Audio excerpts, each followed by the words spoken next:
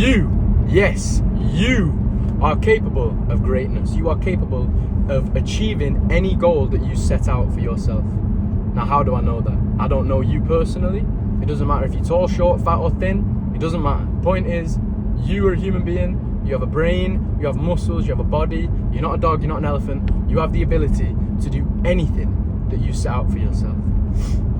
Now, when you set a goal for yourself, whether it be financial, whether it be body-wise, mind-wise, doesn't matter, totally irrelevant, any goal that you have got for yourself, it takes time,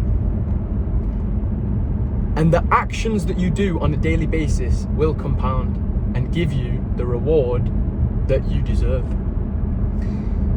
Achieving your goal is actually going to be exceptionally easy. It isn't actually that difficult. It doesn't matter what that goal is. You could be wanting to start your own business, you could want to get in shape, you could want to do this, that, or the, it doesn't matter. It might take, some of your goals might take a longer period of time than others, but it's all about acting intentionally. It's about doing things on purpose. It's about acting a certain way, knowing what rewards it will bring you in the future. If your goal is to get in shape, eating less and going to the gym, well, if you're fat, eating less and going to the gym and then starting to bulk up and build muscle, that will get you to your goal. And it's not actually that difficult once you begin. Beginning is the hard part. Once you're on that journey, once you're on that path, it's simple. Just make sure that you keep going and don't fall off. Don't ever stop. If you refuse to stop and you do the right thing every single day, you will achieve your goal. It's as simple as that. How badly do you really want it? How much are you willing to pay? How much are you willing to sacrifice of your own time? If the goal means that much to you, if it really does, you will stop at nothing to achieve it. You will do the right thing every single day. If you're in debt right now, I'll give you an example here. When I was in debt, the one thing that used to really get me excited was the thought of having no debt and just having 10,000 in my account. Just 10,000 pounds, $10,000, don't matter where you're from, just having no debt and 10,000 in my account. Having money, I know that I'm not, like, it's not an amazing amount of money, it doesn't make me rich or anything like that, but for the first time in my life, if I lost my job, I would be fine. I would be able to keep paying for my house, I would be able to keep paying my bills, I would have time to find another job. I would be much less stressed having that amount of money. And achieving that goal was actually not that difficult. Did it take me a while? Yes, it took me about a year. But it just took doing the right thing every single day. You see, how I got into that situation with the debt was earning a certain amount of money, we'll just say 500 a week to make it easy. I was earning 500 a week and I was spending 550.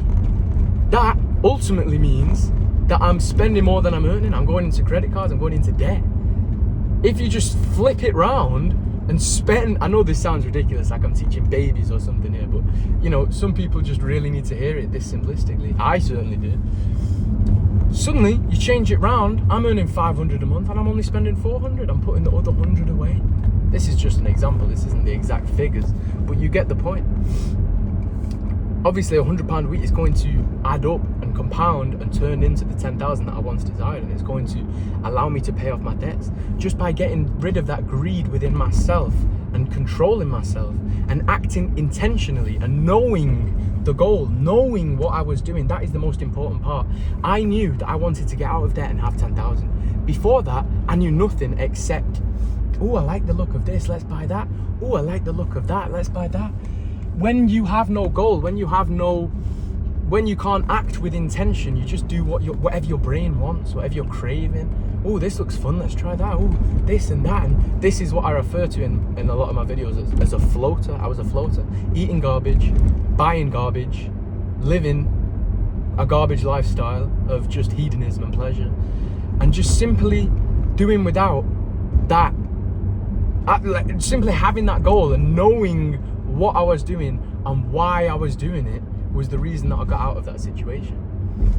There's the day that I realized there is no knight in shining armour coming to save me.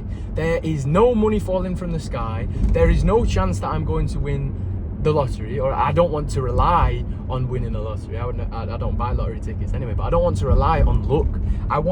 I know that I can get out of this situation. This was my mindset at the time. I know I can get out of this situation by behaving this way, and it will give me these results. And I now see that in every aspect of every goal. It's the same with my body. It's the same with my body. Don't eat shit, go to the gym, you will get in shape. Don't spend more than you earn and put some to the side, you will have money.